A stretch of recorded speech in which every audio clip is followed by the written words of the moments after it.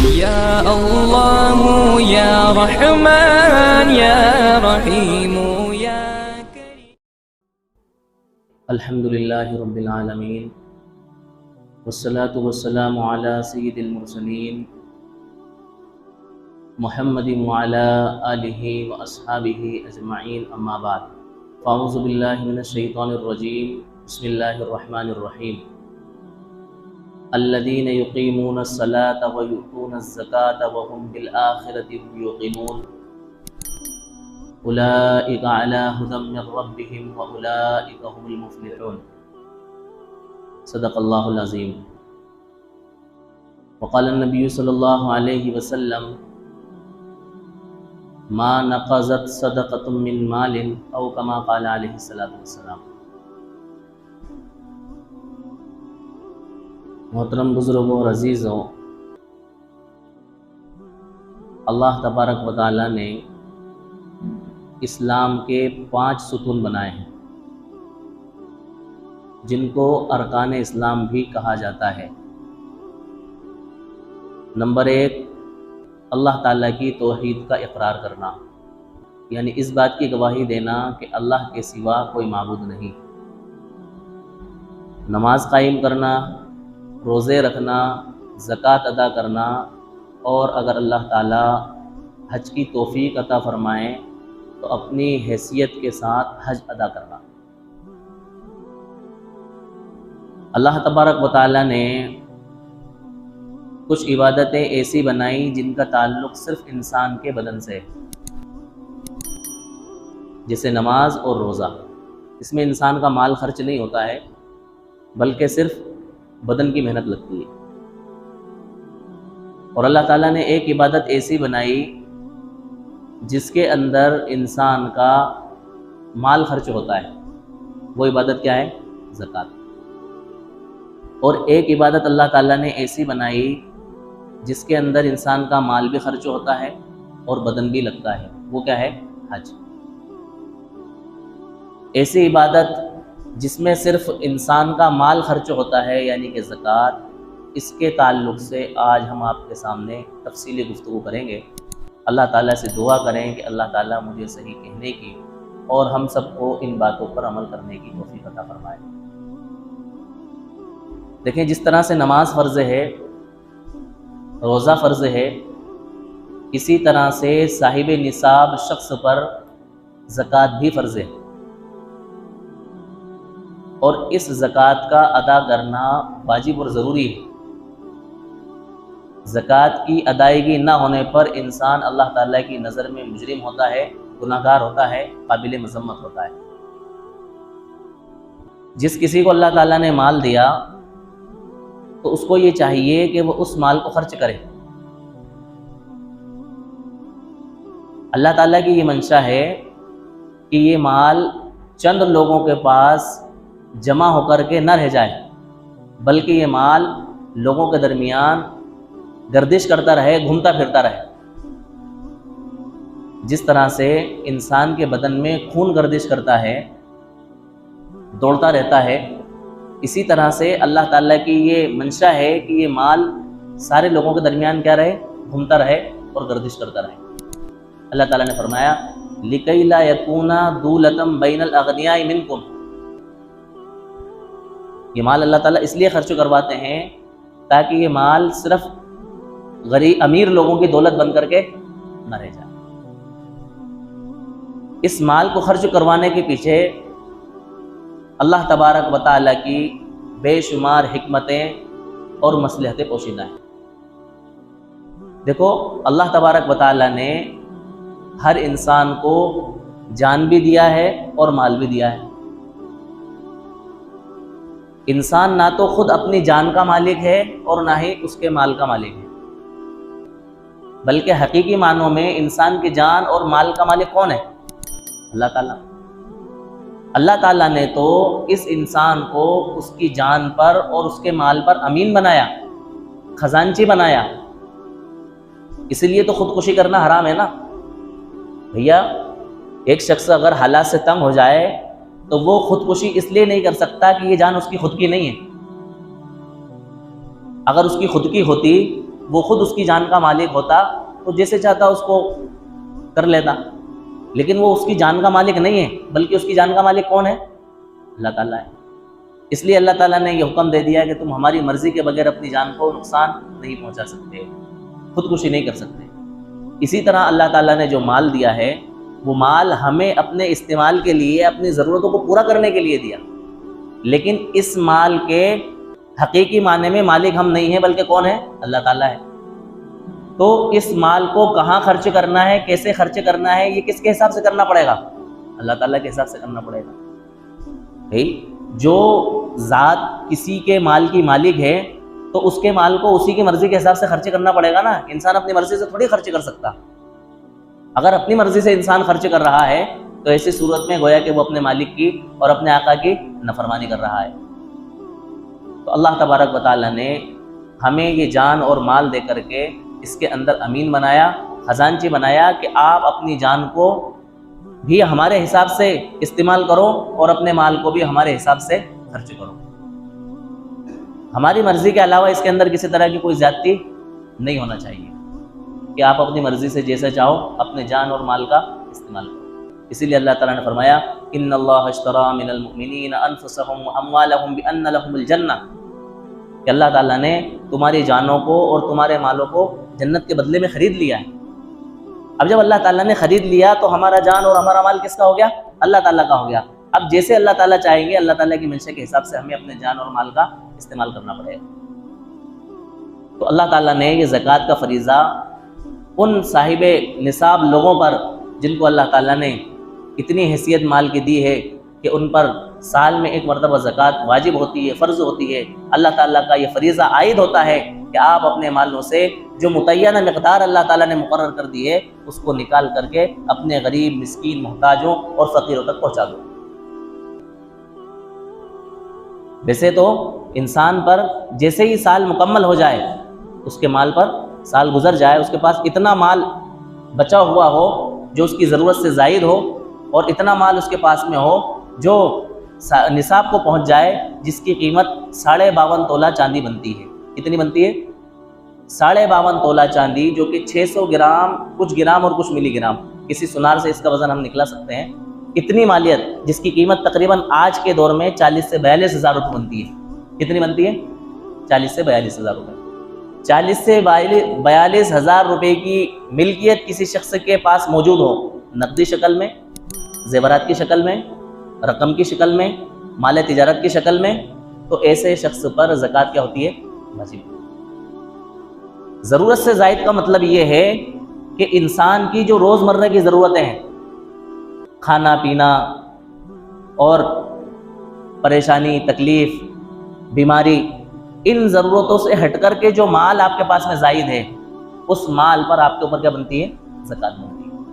اگر وہ پیسے آپ نے اپنے بچوں کی شادی کے لیے جوڑ کر کے رکھ رکھے ہیں تو آپ یہ بہانہ نہیں کر سکتے کہ یہ میرے ضرورت کے پیسے ہیں، شادی پر خرچ کرنے کے لیے میں نے رکھے ہیں، لہٰذا اس کے اوپر زکوٰۃ نہیں بنتی۔ یہ نہیں کہہ سکتا انسان۔ یا آپ نے حج کے لیے رکھے ہوئے ہیں، جو کہ ایک عبادت ہے، ایک نیک کام کرنے کے لیے آپ نے پیسے جوڑ کر کے رکھے ہیں، آپ یہ نہیں کہہ سکتے کہ ان پیسوں میں زکوٰۃ ادا نہیں کروں گا اس لیے کہ یہ پیسے میں نے گائے کے لیے نکال کر کے رکھے ہیں، حج کے لیے نکال کر کے رکھے ہیں۔ نہیں، جو پیسے بھی آپ کی روزمرہ کی ضرورت سے زائد ہیں یا جو مال تجارت آپ کے پاس میں روزمرہ کی ضرورت سے زائد ہے، جس کی مقدار اتنی بنتی ہے جو میں نے بتلائی، تو ایسی صورت میں آپ کے اوپر کیا بن جاتی ہے؟ زکوٰۃ بن جاتی ہے۔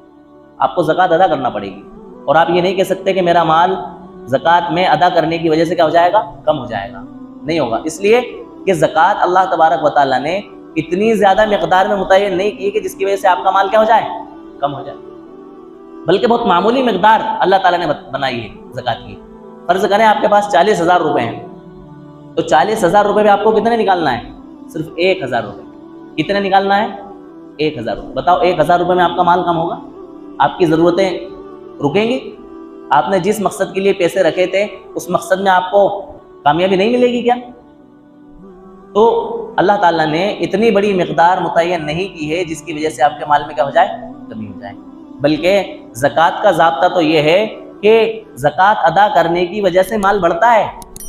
کیا ہوتا ہے؟ مال بڑھتا ہے، گھٹتا نہیں ہے۔ یہ جو زکوٰۃ کا لفظ ہے نا، اس کے دو معنی بیان کیے جاتے ہیں۔ ایک معنی تو اس کا ہوتا ہے پاکی کا، کیا ہوتا ہے؟ پاکی، یعنی جب آپ اپنے مال کی زکوٰۃ ادا کر دیتے ہیں تو ایسی صورت میں آپ کا مال کیا ہو جاتا ہے؟ ساری گندگیوں سے پاک ہو جاتا ہے۔ دوسرے معنی زکوٰۃ کے آتے ہیں بڑھوتری کے، کیا آتے ہیں؟ بڑھوتری کے۔ اس کا مطلب یہ ہے کہ زکوٰۃ ادا کرنے کی وجہ سے آپ کے مال میں بھی اضافہ ہوتا ہے اور آپ کی نیکیوں میں بھی اضافہ ہوتا ہے۔ اللہ تعالیٰ نے فرمایا یمحق اللہ الربا ویربی الصدقات، اللہ تعالیٰ سود کے لین دین کو گھٹاتے ہیں اور صدقات کو بڑھاتے ہیں۔ بڑھنا کس اعتبار سے ہوتا ہے؟ ایک تو اس اعتبار سے ہوتا ہے کہ آپ نے جو کچھ مال اللہ کی راہ میں خرچ کیا، جو کچھ مال آپ نے دیا، اس مال میں اللہ تبارک و تعالیٰ اضافہ فرما دیتے ہیں۔ اس مال میں کیا ہو جاتا ہے؟ اضافہ ہو جاتا ہے۔ جتنا مال آپ نے خرچ کیا اتنا ہی اللہ تبارک و تعالیٰ اس مال کو بڑھا دیتے ہیں۔ دوسرا مطلب یہ ہے کہ جو مال آپ نے خرچ کیا ہے اس مال کے خرچ کرنے کے بدلے اللہ تعالیٰ آپ کے مال میں اتنی برکت عطا فرماتے ہیں کہ جتنا مال آپ خرچ کر چکے ہیں اس سے وہ ضرورتیں آپ کی پوری نہیں ہوتی، جس سے کئی گنا زیادہ آپ کی اس مال کے خرچ کرنے کی برکت سے اللہ تعالیٰ کیا کر دیتے ہیں؟ پوری کر دیتے ہیں۔ تو اللہ تعالیٰ اس مال میں کیا فرماتے ہیں؟ برکت عطا فرماتے ہیں۔ ایک حدیث میں آتا ہے اللہ کے رسول صلی اللہ علیہ وسلم نے فرمایا اللہ تعالیٰ کے فرشتے دعا کرتے ہیں، کیا دعا کرتے ہیں؟ کہ اے اللہ، جو شخص مال کو خرچ کرتا ہے آپ اس کا بدلہ اس کو دنیا میں ہی دے دیجئے، اور جو مال کو روک کر کے رکھتا ہے آپ اس کے مال کو ہلاک کر دیجئے، تباہ و برباد کر دیجئے۔ تو بتائیں اللہ تعالیٰ کے فرشتے جب مال کے بڑھنے کی اور بدلے کی دعا کر رہے ہیں تو بتاؤ اللہ تبارک و تعالیٰ ہمارے مال کو کم کریں گے؟ نہیں کریں گے، بلکہ اس مال کے اندر ہمارے لیے کیا کر دیں گے؟ اضافہ کر دیں گے، اس مال کو کیا کر دیں گے؟ بڑھا دیں گے۔ فرمایا الذین یقیمون الصلاۃ ویؤتون الزکاۃ وهم بالآخرۃ هم یوقنون اولئک علی ھدی من ربهم واولئک هم المفلحون، جو لوگ نماز قائم کرتے ہیں، زکوٰۃ ادا کرتے ہیں، آخرت کے اوپر یقین رکھتے ہیں، یہی لوگ اپنے رب کی طرف سے ہدایت پر ہیں اور یہی لوگ کامیاب ہیں۔ کامیابی کے لیے کیا فرمایا اللہ تبارک و تعالیٰ نے؟ یہی لوگ کیا ہیں؟ کامیاب ہیں، جو نماز بھی قائم کرتے ہیں، زکوٰۃ بھی ادا کرتے ہیں، آخرت پر ایمان بھی رکھتے ہیں۔ ایسے لوگ اللہ تعالیٰ کی طرف سے گویا کہ کائے پر ہیں؟ ہدایت پر ہیں، اور ایسے لوگوں کے لیے اللہ تبارک و تعالیٰ کی طرف سے کیا ہے؟ کامیابی ہے۔ فرمایا قد افلح المؤمنون الذین هم فی صلاتهم خاشعون والذین هم عن اللغو معرضون والذین هم للزکاۃ فاعلون، کہ وہ ایمان والے کامیاب ہو چکے جو اپنی نمازوں میں خشوع خضوع اختیار کرتے ہیں اور اپنے آپ کو بیہودہ چیزوں سے بچاتے ہیں، لغو چیزوں سے اعراض کرتے ہیں اور اپنے مالوں میں زکوٰۃ ادا کرتے ہیں۔ فرمایا قد افلح من تزکا، کامیاب ہو گیا وہ شخص جس نے تزکیہ اختیار کر لیا، جس نے اپنے نفس کو بھی پاک کر لیا اور اپنے مال کو بھی پاک کر لیا۔ تو کامیابی اللہ تبارک و تعالیٰ نے مال کی زکوٰۃ ادا کرنے میں رکھی ہے، کائے میں رکھی ہے؟ مال کی زکوٰۃ ادا کرنے میں۔ لہٰذا انسان کو یہ چاہیے کہ جو مال اللہ تعالیٰ نے اس کو دیا ہے اس کے اندر اپنا دل تنگ نہ کرے، بلکہ یہ سوچے کہ یہ مال میرے پاس میں اللہ تبارک و تعالیٰ کی ملکیت ہے، اللہ تعالیٰ کی امانت ہے، اس مال میں مجھے خرچ کرنے کا حکم ہے، اگر میں خرچ نہیں کروں گا تو یہی مال میرے لیے کل قیامت کے دن عذاب کا ذریعہ بنے گا اور سبب بنے گا۔ اللہ تعالیٰ نے قرآن کریم کے اندر فرمایا والذین یکنزون الذهب والفضة ولا ينفقونها في سبيل الله فبشرهم بعذاب أليم یوم یحمى علیہا فی نار جہنم فتکوی بها جباہهم وجنوبهم وظہورهم ھذا ما کنزتم لانفسکم فذوقوا ما کنتم تکنزون۔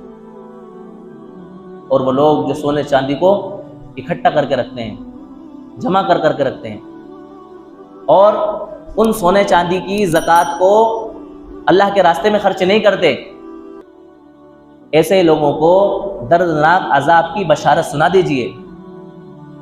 وہ عذاب کیسا ہوگا؟ یوم یحمى علیہا فی نار جہنم، کہ ان زیورات کو آگ کے اندر تپایا جائے گا جن کو تم نے جمع کر کے اور اکٹھا کر کے رکھا ہے۔ ان کو تپا کر کے، ان کو گرم کر کے، ان زیورات سے تمہاری پیشانیوں کو داغا جائے گا، تمہارے پہلوؤں کو داغا جائے گا اور تمہاری پشتوں کو داغا جائے گا۔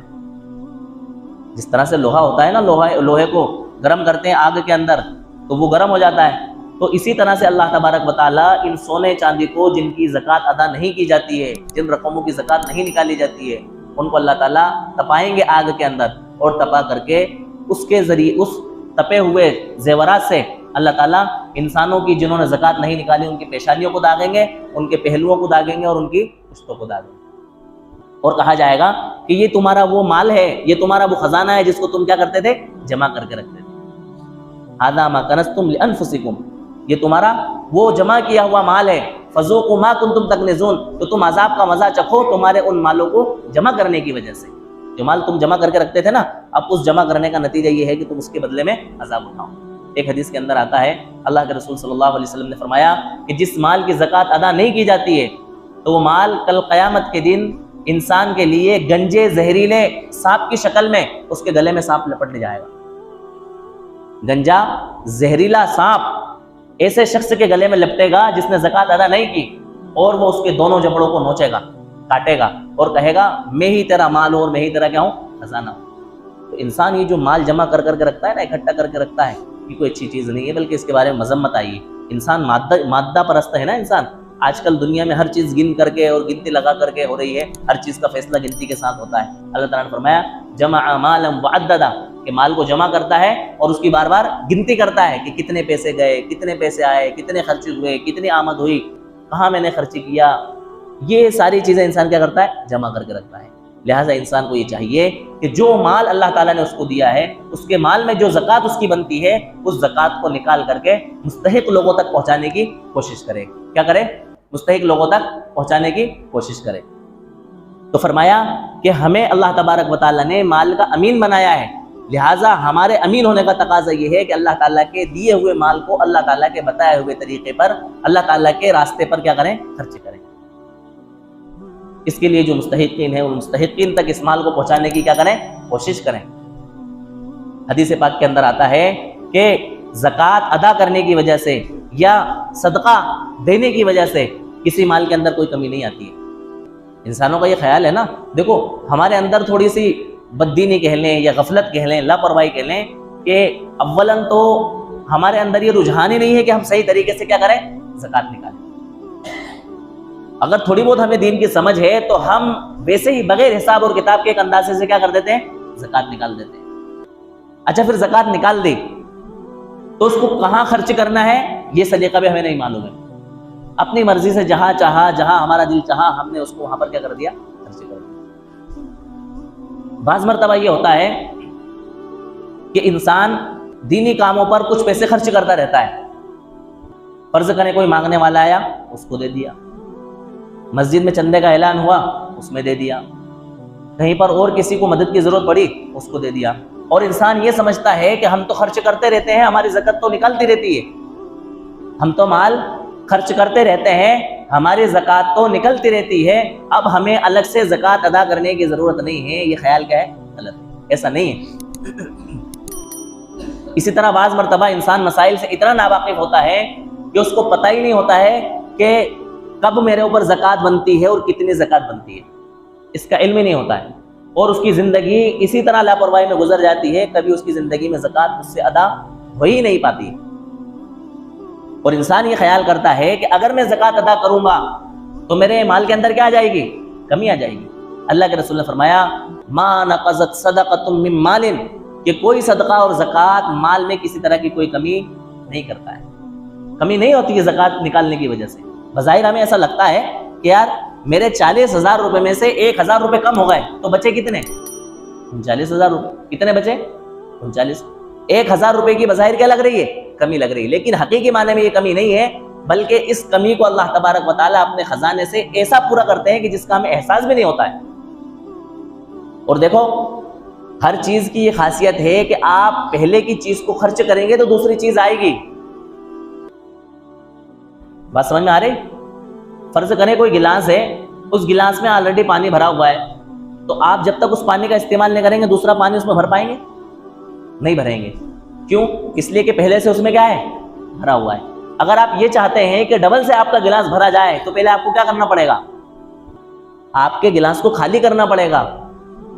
رمضان چل رہا ہے نا، روح افزا کے شربت سب لوگ پیتے ہیں، تو آپ کے سامنے جو گلاس روح افزا کا رکھا ہوا ہے شربت کا، آپ یہ چاہتے ہیں کہ آپ کو ڈبل ایک گلاس اور روح افزا ملے، تو پہلے آپ کو وہ پہلے والا گلاس خالی کرنا پڑے گا کہ نہیں پڑے گا؟ کہ بغیر خالی کرے ہوئے آپ کو ڈبل روح افزا کا گلاس مل جائے گا. اسی طرح سے آپ یہ چاہتے ہیں کہ ہمارے مال میں بڑھوتری ہو، ہمارے مال میں اضافہ ہو، مزید ہمارا مال ترقی کرے، تو پہلے جو مال اللہ تعالیٰ نے آپ کو دیا اس کو خرچ تو کرو. جب آپ کے پاس سے وہ مال خرچ ہو جائے گا, آپ کے پاس جگہ خالی ہو جائے گی, تو پھر اللہ تبارک و تعالیٰ آپ کو کیا دیں گے؟ مزید مال دیں گے. اس کو ایک مثال سے اور سمجھو. فرض کریں ہم نے کوئی کمرہ بنایا, اس کمرے کے اندر ہم نے یہ چاہا کہ ہم اس کمرے کو قدرتی ہوا کے ذریعے ٹھنڈا کریں. تو آپ نے دروازہ بند کر دیا, صرف ایک طرف کی کھڑکی کھول دی, تو بتاؤ آپ کا کمرہ ٹھنڈا ہوگا؟ نہیں ہوگا. کیوں نہیں ہوگا؟ اس لیے کہ آپ کے کمرے میں جو ہوا آ رہی ہے نا, وہ کراس نہیں ہو رہی ہے, باہر نہیں نکل رہی ہے. آپ کو کمرہ ٹھنڈا کرنے کے لیے ایک طرف سے کھڑکی کھول کر کے یا تو دوسری طرف کی کھڑکی کھولنا پڑے گی یا ادھر کا دروازہ کھولنا پڑے گا, تاکہ ہوا ایک طرف سے داخل ہو کر کے دوسری طرف سے نکلے, تو وہ آپ کے کمرے کو ٹھنڈا کرنے کا کیا بنے گی؟ ذریعہ اور سبب بنے گی. اسی طرح سے اگر آپ یہ چاہتے ہیں کہ ہمارے مال میں اضافہ ہو, بڑھوتری ہو, اور ہمارا مال ہمارے لیے آرام کا سبب بنے اور ذریعہ بنے, تو آپ کو ایک طرف سے مال کمانے کی فکر کرنے کے ساتھ ساتھ دوسری طرف مال کو خرچ کرنے کی کیا کرنا پڑے گی؟ فکر کرنا پڑے گی. تو فرمایا کہ صدقہ اور زکوٰۃ کی وجہ سے مال کم نہیں ہوتا ہے. ایک بزرگ کا مقولہ ہے, تقریباً علامہ جوزی رحمۃ اللہ علیہ یہ بات فرماتے ہیں کہ میں نے زندگی بھر 2 قسم کے لوگوں کو ڈھونڈا, مجھے کبھی نہیں ملے. ایک وہ شخص جس نے اللہ کے نام پر خرچ کیا ہو اور وہ فقیر ہو گیا, اور ایک وہ شخص جس نے کسی کے اوپر ظلم کیا ہو اور دنیا کے اندر اس کے اوپر اللہ کی پکڑ نہ آئی. ایسے شخص میں نے زندگی بھر ڈھونڈے, مجھے کبھی بھی نہیں ملے. یعنی کہ جس نے کسی پر ظلم کیا, دنیا کے اندر اللہ کی پکڑ اس کے اوپر آئی, وہ اللہ کی پکڑ سے نہیں بچا. اور جس نے مال اللہ کے راہ میں خرچ کیا, کبھی وہ فقیر اور غریب نہیں ہوا. بتاؤ آپ نے دیکھا کہ جس کسی نے زکوٰۃ دی ہو, جس کسی نے صدقہ دیا ہو, خیرات دیا ہو, اس کو آپ نے نان شبینہ کا محتاج ہوتے ہوئے دیکھا ہو, یا لوگوں کے سامنے ہاتھ پھیلاتے ہوئے دیکھا ہو, یا فقیر دیکھا ہو؟ نہیں ہوتا ایسا. بلکہ اللہ تبارک و تعالیٰ ان خرچ کرنے والوں کو زیادہ دیتے ہیں, مزید دیتے ہیں. اس کے اندر کیا کر دیتے ہیں اللہ تعالیٰ؟ اضافہ کر دیتے ہیں. تو اللہ تعالیٰ کی یہ منشا ہے کہ یہ دولت جو ہے نا, یہ دولت تم امیر لوگوں کے پاس میں جمع ہو کر کے نہ رہ جائے, اور تم یہ نہ چاہو, یہ نہ سوچو کہ غریب ہمارے در پر آئیں اور ہمارے محتاج اور ضرورت مند بن کر کے رہیں, اور پھر وہ ہمارے در پر آئیں تو ہم ان کو کیا کریں؟ زکوٰۃ ادا کریں. نہیں, بلکہ تم خود ان کے در پر چل کر کے جاؤ, اور اپنے لیے یہ چیز نعمت سمجھو, اور اپنے لیے یہ چیز فخر کے لیے سمجھو کہ اللہ تبارک و تعالیٰ نے مجھے اس لائق بنایا ہے, ان لوگوں کا حق میرے مال کے اندر رکھا ہے, جن کا حق اللہ تعالیٰ نے میرے مال میں رکھا ہے, ان تک میں اس حق کو کیا کر دوں؟ پہنچا دوں. اللہ تعالیٰ نے فرمایا والذین فی اموالہم حق معلوم, اور ان لوگوں کے مالوں میں, اللہ تعالیٰ نے نیک لوگوں کی جو صفتیں بیان کی ہے نا, فرمایا کہ ان لوگوں کے مالوں میں ایک متعین حق ہے, ایک حق مقرر ہے. کن لوگوں کا؟ مانگنے والوں کے لیے بھی, اور ان لوگوں کے لیے بھی جو مانگتے نہیں ہیں, دستے سوال دراز نہیں کرتے. تو ان لوگوں تک ہمیں کیا کرنا چاہیے؟ مال پہنچانا چاہیے. اور فرمایا کہ یہ جو زکوٰۃ اور صدقہ جو ہوتا ہے نا, یہ اللہ تبارک و تعالیٰ کے غضب کو ٹھنڈا کرتا ہے, اللہ تعالیٰ کے غصے کو ٹھنڈا کرتا ہے. کائے کو ٹھنڈا کرتا ہے؟ اللہ تعالیٰ کے غصے کو ٹھنڈا کرتا ہے. حدیث شریف کے اندر آتا ہے, اللہ کے رسول صلی اللہ علیہ وسلم نے فرمایا, ایک مرتبہ فرشتوں نے اللہ تعالیٰ سے پوچھا کہ اللہ تعالیٰ آپ نے پہاڑ سے بھی زیادہ کوئی طاقتور چیز پیدا کی ہے؟ اللہ تعالیٰ نے فرمایا ہاں, میں نے لوہا پیدا کیا ہے جو کہ پہاڑ سے بھی زیادہ کیا ہے؟ مضبوط ہے اور طاقتور ہے. پھر پوچھا اللہ آپ نے لوہے سے بھی زیادہ طاقتور اور مضبوط کوئی چیز پیدا کی ہے؟ فرمایا ہاں, میں نے آگ پیدا کی ہے جو لوہے کو بھی کیا کر دیتی ہے؟ پگھلا دیتی ہے. پھر فرمایا اللہ تعالیٰ آپ نے آگ سے بھی زیادہ طاقتور کوئی چیز پیدا کی ہے؟ فرمایا ہاں, پانی جو آگ کو بھی کیا کر دیتا ہے؟ بجھا دیتا ہے. پھر پوچھا اللہ تعالیٰ آپ نے پانی سے بھی زیادہ کوئی طاقتور اور مضبوط چیز پیدا کی ہے؟ فرمایا ہاں, ہوا جو پانی کو بھی کیا کر دیتی ہے؟ اڑا لے جاتی ہے. پھر پوچھا اللہ تعالیٰ آپ نے ہوا سے بھی زیادہ طاقتور کوئی چیز پیدا کی ہے؟ فرمایا ہاں, ایک مومن انسان کا, بنی آدم کا صدقہ اور خیرات کرنا, یہ اللہ تعالیٰ کے غصے کو کیا کر دیتا ہے؟ ٹھنڈا کر دیتا ہے. اس طور پر زکوٰۃ دینا اور صدقہ دینا کہ انسان کا دایاں ہاتھ خرچ کرے تو اس کے بائیں ہاتھ کو بھی پتہ نہ چلے. تو صدقہ کیا کرتا ہے؟ اللہ تعالیٰ کے غضب کو ٹھنڈا کرتا ہے. زکوٰۃ اللہ تعالیٰ کے غضب کو اور غصے کو ٹھنڈا کرتی ہے. یہ سب سے بھاری اور قوی چیز ہے. دیکھو جو چیزیں میں نے آپ کے سامنے ذکر کی نا, پہاڑ ہے, لوہا ہے, آگ ہے, پانی ہے, ہوا ہے, یہ مادی چیزیں ہیں. اور زکوٰۃ جو ہے نا یہ روحانی چیز ہے. کیا ہے یہ؟ روحانی چیزیں. اور مادی چیزوں کے مقابلے میں روحانی چیزیں جو ہے نا زیادہ متاثر ہوتی ہیں اور زیادہ قوی ہوتی ہیں. اللہ تبارک و تعالیٰ یہ چاہتے ہیں کہ میرا بندہ روحانی طور پر مضبوط بنے، روحانی طور پر طاقتور بنے، روحانی طور پر کیا بنے؟ قوی بنے۔ جس طرح سے یہ چیزیں جو ہے نا مضبوط ہے، طاقتور ہیں، ان سے کئی گنا انسان کے اندر روحانیت مضبوط ہو اور انسان کی اندرونی جو طاقت ہے نا وہ مضبوط ہو۔ تو اللہ تبارک و تعالیٰ یہ چاہتے ہیں کہ یہ دولت ان غریب لوگوں تک پہنچ جائے جن کا حق اللہ تبارک و تعالیٰ نے کیا کیا ہے؟ متعین کیا ہے۔ ان لوگوں تک پہنچانے کی ہمیں کیا کرنا چاہیے؟ کوشش کرنا چاہیے۔ اس کے لیے ایک نظام بنانا چاہیے۔ تو میں یہ کہہ رہا تھا کہ ہم جو زکوٰۃ ادا کرتے ہیں نا، وہ زکوٰۃ اس طور پر ادا کرتے ہیں کہ جس کی وجہ سے کسی انسان کی کفالت اور اس کی ضرورت پوری نہیں ہو پاتی ہے۔ ہماری جتنی زکوٰۃ بنی یا تو ہم نے اتنی زکوٰۃ ادا نہیں کی، یا اگر ہم نے اتنی زکوٰۃ ادا کر دی تو تھوڑا تھوڑا سب لوگوں میں دے دیا، جس کی وجہ سے کسی کی بھی ضرورت مکمل طور پر پوری نہیں ہو پائی۔ دیکھو اللہ تبارک و تعالیٰ نے عبادتوں میں اجتماعیت کی روح کو پھونک دیا ہے۔ کیا کر دیا؟ اجتماعیت۔ ہم نماز ادا کرتے ہیں، اللہ تبارک و تعالیٰ نے اس نماز کا حکم دیا کہ آپ اس کو با جماعت ادا کرو۔ کیا کرو؟ با جماعت ادا کرو۔ ہم روزے رکھتے ہیں، اللہ تبارک و تعالیٰ نے ایک مہینہ ہمارے لیے متعین فرما دیا کہ اسی مہینے میں آپ کو کیا رکھنا ہے؟ روزہ رکھنا ہے۔ اجتماعیت پیدا فرما دی۔ ہم حج ادا کرتے ہیں، اللہ تبارک و تعالیٰ نے حج کے لیے مخصوص مہینہ، مخصوص مقام اور مخصوص دن متعین فرما دیے کہ آپ کو اسی مہینے میں، انہی دنوں میں اور انہی جگہوں پر کیا کرنا ہے؟ حج ادا کرنا ہے۔ اب بتائیں، اگر اللہ تبارک و تعالیٰ نماز کی اجتماعیت نہ فرماتے اور روزوں کے لیے کسی ایک مہینے کا تعین نہ فرماتے اور حج کے لیے کسی مہینے، دن کا اور مقام کا تعین نہ فرماتے، تو اس کی جو اہمیت تھی نا اجتماعیت کی، وہ اہمیت ہو جاتی، ختم ہو جاتی۔ کوئی بھی انسان جب اس کی مرضی پڑتی جب نماز پڑھتا، کوئی بھی انسان جب مرضی پڑتی وہ روزے رکھتا، جب کبھی کسی بھی انسان کا دل چاہتا وہ حج کرتا، اور جہاں مرضی پڑھ لیتی وہاں حج کر لیتا۔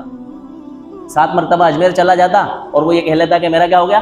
حج ادا ہو گیا۔ تو یہ انسان کرتا، لیکن اللہ تبارک و تعالیٰ نے اس کے لیے چیزوں کو متعین کر دیا اور اس کے اندر اجتماعیت رکھ دی۔ ٹھیک جس طرح سے یہ عبادتیں اجتماعیت چاہتی ہیں، زکوٰۃ بھی اجتماعیت چاہتی ہے۔ کیا چاہتی ہے؟ اجتماعیت چاہتی ہے کہ زکوٰۃ کے لیے آپ کا کوئی ایک اجتماعی پلیٹ فارم ہونا چاہیے، کوئی منظم انداز میں آپ کے پاس میں کوئی اس طرح کی تنظیم ہونا چاہیے جس کے پاس اپنی آپ زکاتیں لے جا کر کے جمع کر دیں اور وہ تنظیم اپنے اعتبار سے ان کو کیا کر دیں؟ خرچ کر دیں۔ اس کے لیے ہمارے شہر میں سب سے معتبر ادارہ اور سب سے معتبر تنظیم بیت المال کے نام سے الحمدللہ موجود ہے، جو بالکل امانت کے ساتھ، دیانت کے ساتھ، ایمانداری کے ساتھ مستحقین کے گھروں پر پہنچ کر کے ان کا جو کچھ ہم مال اپنا زکوٰۃ کے طور پر ان کے حوالے کرتے ہیں وہاں تک الحمدللہ پہنچا دیا جاتا ہے۔ میں دوسرے اداروں کا انکار نہیں کرتا، دوسری تنظیموں کا انکار نہیں کرتا، وہ بھی اپنے طور پر کام کر رہی ہیں، لیکن جو میرے علم میں ہے، جو بات میں نے آپ کے سامنے بتائی ہے، تو ہم اپنے طور سے اپنی زکوٰۃ ادا کرنے کی بجائے کوشش یہ کریں کہ زکوٰۃ کے اندر بھی ہم اپنی اجتماعیت کو برقرار رکھیں۔ امت مسلمہ زکوٰۃ کے اندر اجتماعیت سے ہٹ گئی ہے، بلکہ مولانا ابوالکلام آزاد رحمۃ اللہ علیہ نے تو اس کے اوپر بڑا زور دیا اور کہا کہ اس امت کو کیا ہو گیا کہ دھیرے دھیرے یہ زکوٰۃ کے اندر اجتماعیت سے دور ہوتی جا رہی ہے، اور اس امت نے یہ سمجھ لیا ہے کہ میں اپنے طور سے اپنے مال کی زکوٰۃ کا حساب اور کتاب لگا کر کے جہاں میری مرضی پڑے، جیسے ہی میری مرضی پڑے، اپنے مال کو کیا کر دوں؟ خرچ کر دوں۔ یہ قرآن اور حدیث کی منشا کے ایک دم خلاف ہے۔ کیا ہے؟ دین کی منشا کے خلاف ہے کہ بھئی انسان اپنے طور سے اس مال کو کیا کر دے؟ خرچ کر دے۔ اس کا جو خاطر خواہ فائدہ ہونا چاہیے، امت کو جو اس کا فائدہ پہنچنا چاہیے، وہ فائدہ انسان امت کو نہیں پہنچ پاتا ہے۔ لہٰذا جس طرح سے ہم نے نماز کے اندر اپنی اجتماعیت کو برقرار رکھا ہے، روزوں کے اندر اپنی اجتماعیت کو برقرار رکھا ہے، حج کی ادائیگی میں اپنی اجتماعیت کو برقرار رکھا ہے، اس زکوٰۃ جیسے اہم فریضے کے اندر بھی اپنی اجتماعیت کو ہمیں برقرار رکھنا چاہیے، اور اپنے مالوں کو اپنے طور پر خرچ کرنے کی بجائے ایسے اداروں، ایسی تنظیموں اور بیت المالوں کے حوالے کرنا چاہیے جو امانت اور دیانت کے ساتھ مستحقین تک آپ کے مال کو کیا کر دیں؟ پہنچا دیں۔ تو اللہ تبارک و تعالیٰ اس زکوٰۃ کے ذریعے لوگوں کی غمخواری، ان کی ہمدردی، ان کی کسمہ پرسی اور ان کے حالوں کی خبر گیری فرمانا چاہتے ہیں کہ تم اپنے ارد گرد ایسے لوگوں کو تلاشو، اپنے محلے میں، اپنے شہر میں، کہ جو لوگ ضرورت مند ہیں ان ضرورت مندوں تک اپنے ان مالوں کو کیا کر دو؟ پہنچا دو۔ تو اللہ تبارک و تعالیٰ نے یہ زکوٰۃ کا فریضہ ارکان اسلام میں سے ایک رکن بنایا اور ہمارے اوپر متعین اور مقرر فرمایا کہ اس کے اندر کسی طرح کی کوئی کوتاہی، غفلت اور لاپرواہی نہیں ہونا چاہیے، بلکہ مقررہ وقت پر جب ہمارے اوپر زکوٰۃ بن جائے، ہم اللہ تبارک و تعالیٰ کا فریضہ اور حکم سمجھ کر کے اس زکوٰۃ کی ادائیگی کا اہتمام کریں اور اس فریضے کو انجام دیں۔ اللہ تعالیٰ ہم سب کو عمل کرنے کی توفیق عطا فرمائے۔ وآخر دعوانا الحمدللہ رب العالمین۔